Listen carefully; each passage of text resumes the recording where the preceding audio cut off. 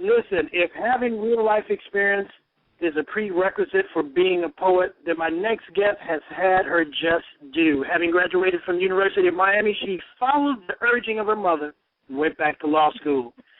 However, as what happens to all of us in life, another path was chosen. She was stricken with MS and found herself confined to a wheelchair for 2 years of her life. 2 years later, life granted her a reprieve, and miraculously she could walk again. She found her voice in an auspicious place, MySpace. We'll get to that. 50 poems later, she journeyed the poet circle and now finds herself sitting here with us live. Please welcome to the show what I like to call her, Catherine the Great. Welcome, Catherine. Thank you for having me. That was a great introduction. I like that. Now, you want to start with a poem. The floor is all yours. Thank you. Okay. Words need feet, or knees at least to crawl. Your phrase should move, not stay where it stood at first, or fall like socks snapped off the line and wrapped in the air. So brush my cheek with words like the breeze through my hair. Ha ha. That's concision. I love that word. I made that word up. It means only a few words put together. Yes, I believe in 15-second poems. You know what? I so love poets. And by the way, you're our first poet of our show since the show's inception. So, holy crap, really? Shouts out to you for that. Wow, I appreciate that. There's a lot of us out there, so thanks. The pleasure is all ours. And thank you so much for starting the show off with that lovely poem. And by the way, guys, Catherine is doing something quite nice. Anyone who calls in now, or if you're in the chat room and you ask her a question, I prefer you to call in. But if you can't call in, if you're a little nervous about that, yes, go ahead and drop a line in the chat room, and you will receive her free DVDs, or you will receive free her 2 DVD sets. And I would imagine that's of a lot of your poems you've written and announced all over the United States, correct? Yes, that's right. Actually, it's gone all over the world. I'm about to re-release them in, June 15th. I'm having a new release of my first 2 DVDs, and I'm taking them with me to my tour in Philly and Trenton. I'm so excited. Yay!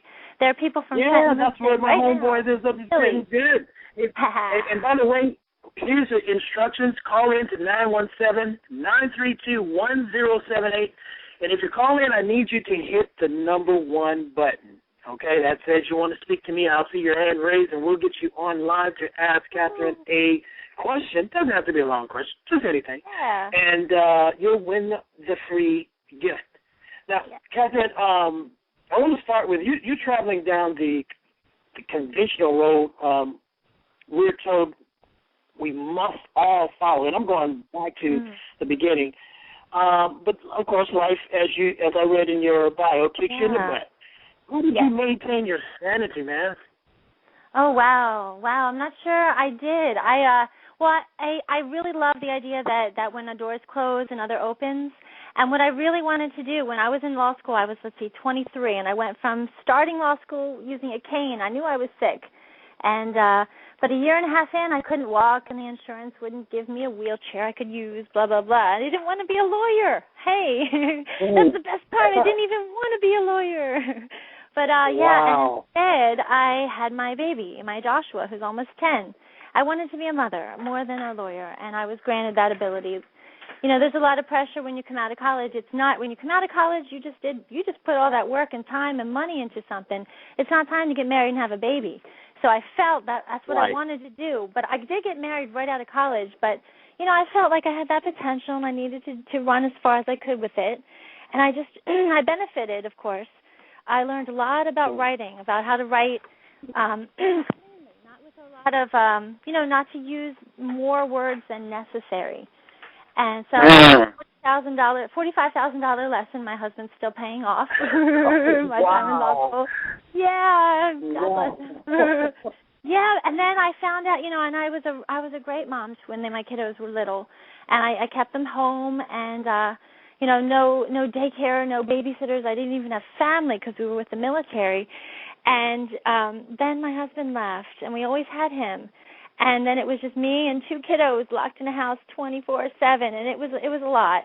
And so, yes, thank goodness that MySpace rolled around. And people would tell me when I would write them. That's when I first started writing after a 10-year break. I wrote some things in college that have been published since, but just a few things, and then 10 years of quiet. And that's another topic. I'll talk to you about writer's block. But wow, yeah, my any true writer has certainly gone through their months, if not years, of writer's block. I want to go straight to the calls. They're lighting up already, so people are in love with you already.